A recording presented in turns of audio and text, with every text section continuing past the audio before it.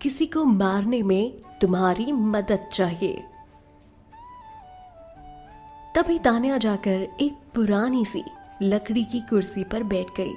उसके चेहरे पर कोई ऐसे एक्सप्रेशन नहीं थे जिससे ये लग रहा हो कि वो किसी पुराने, टूटे हुए और जले हुए से घर में है। उसे देखकर ऐसा लग रहा था जैसे वो किसी नॉर्मल से घर में हो, किसी जाने पहचाने से घर में। सारांश ने उसके शांत चेहरे को देखा और उससे वो सवाल पूछा जो उसे कब से परेशान किए जा रहा था। फाइनली सारांश ने पूछ ही लिया, तुम कौन हो और तुमने मेरी मदद क्यों की? वो इतना बेवकूफ नहीं था कि उसे ये पता ना हो कि आजकल कोई बिना मतलब के किसी की मदद नहीं करता। और फिर आखिर 20,000 रुपए कोई छोटा अमाउंट नहीं होता। ऐसे ही किसी पर इतने पैसे लुटाने वाला जरूर कोई बहुत अमीर ही होगा। अगर हो भी तो अमीर लोग बिना मतलब के किसी की मदद करते ही कहाँ हैं? और फिर वो एक दूसरे को जानते तक नहीं थे, ना इससे पहले कभी मिले थे, तो भला कोई इसकी मदद इस तरह से यूं अचानक क्यों करता? तान्या ने बिना उससे कोई बात छुपाते हुए उसे साफ साफ कहा, मेरा नाम तान्या आहूजा है और मैंने तुम्हारी मदद इसलिए की क्योंकि मुझे किसी काम में तुम्हारा साथ चाहिए। मैंने तुम्हारी मदद की और अब मुझे तुम्हारी मदद चाहिए। मेरा साथ? मैं कुछ समझा नहीं। सारांश उसकी तरफ देखते हुए बड़े ही हैरानी वाले भाव लिए ये सवाल पूछता है। वो कहता है कि मेरा साथ आपको किस वजह से या किस चीज में चाहिए? मैं समझ नहीं पाया मैडम, और हम शायद पहले कभी मिले नहीं हैं। इतना कहते ही वो खुद पर हंसने लगता है। तुम पर यकीन है कि तुम सही इंसान हो, लेकिन क्या तुम्हें इस बात का यकीन है कि तुम सही इंसान के पास मदद मांगने आई हो? क्योंकि इन सब के बाद मैं किसी की मदद करने के लायक नहीं हूं। ना मेरी ऐसी हालत है कि मैं आपकी कुछ मदद कर सकूं। ये बात तो सच है, वो झूठ नहीं बोल रहा था। फाइनेंशियली सारांश के पास 1 रुपए भी नहीं थे। तान्या ने उसे बड़े प्यार से देखते हुए कहा, अरे खुद पर विश्वास रखो, मैं तुम्हें ही ढूंढ रही थी। मैं बिल्कुल सही इंसान के पास आई हूं। मुझे तुम्हारा साथ इसलिए चाहिए क्योंकि वो तुम ही हो जिसके पास वो हुनर है जिसकी मुझे जरूरत है। इस बार तान्या का जवाब थोड़ा कंफ्यूजिंग था। शब्द तो साफ साफ कहे थे, लेकिन फिर भी बात समझ नहीं आई थी।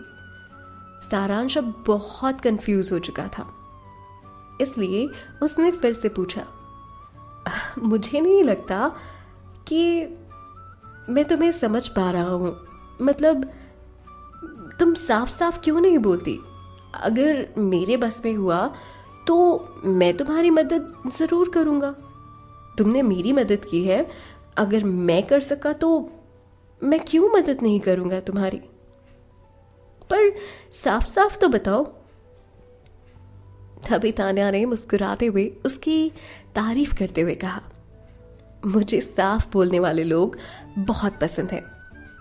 इनफैक्ट साफ बोलना चाहिए, है ना? सारांश ने थोड़ा परेशान होते हुए इससे पूछा, मेरी जिंदगी ऑलमोस्ट खत्म हो चुकी है, तो मेरे पास ये फालतू के माइंड गेम्स खेलने की ना तो एनर्जी है ना ही टाइम। इसलिए मैं चाहता हूं कि आप सीधे सीधे पॉइंट पर आएं और चिंता मत कीजिए। मैं किसी भी कीमत पर कोई भी काम जो मेरे बस में हो मैं करने के लिए तैयार हूँ। मुझे कोई प्रॉब्लम नहीं है, पर मुझे उस काम के बारे में पता तो होना चाहिए ना। सारांश ने एक बात साफ साफ उससे बोल दी, पर एक बात जरूर ध्यान रखना, मैं ऐसा कोई काम नहीं करूंगा जो इंसानियत के खिलाफ हो। बाकी इसके अलावा जो मेरे बस में हुआ मैं जरूर करूंगा। इतना बोलकर वो चुप हो गया। तान्या ने उसे घूरते हुए कहा, तुम्हारी जैसी हालत है, तुम्हें अब भी इंसानियत की परवाह होनी चाहिए। मजाक है क्या? सारांश को उस पर शक हुआ।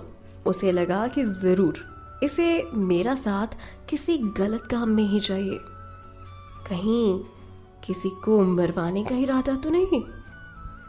और फिर शायद वो उसके हालात का फायदा उठाना चाहती हो, क्योंकि ऐसे इंसान से तो कुछ भी करवाया जा सकता है।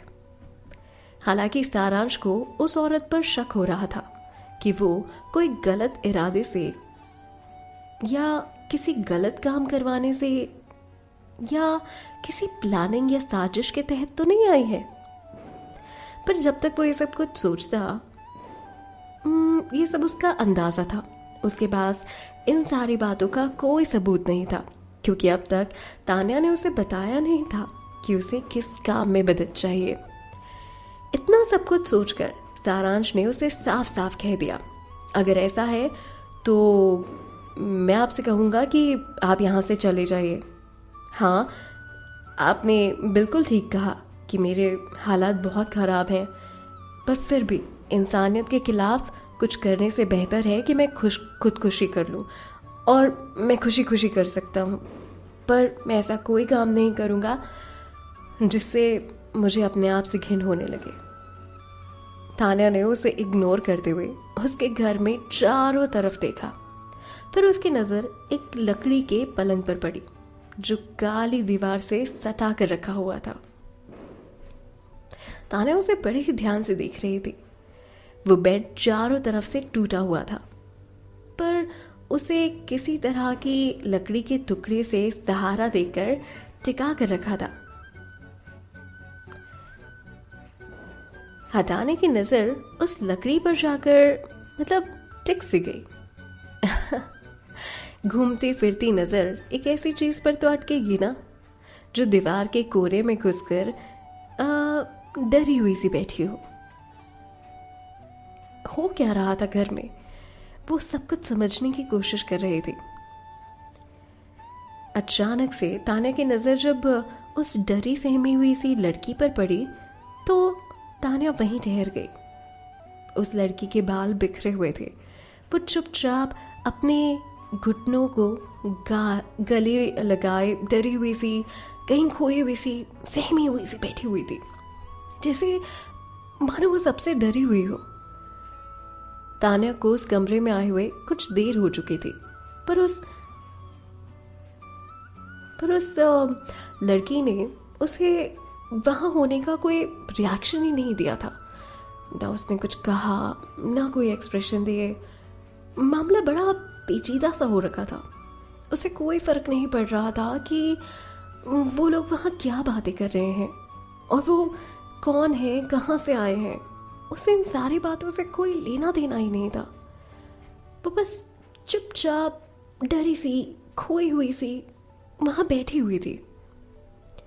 वो उस कठपुतली की तरह लग रही थी जिसे नचाने वाला जैसे कहीं चला गया हो और वो उसके बिना अधूरी सी हो। उस लड़की को देखते हुए तान्या ने कहा,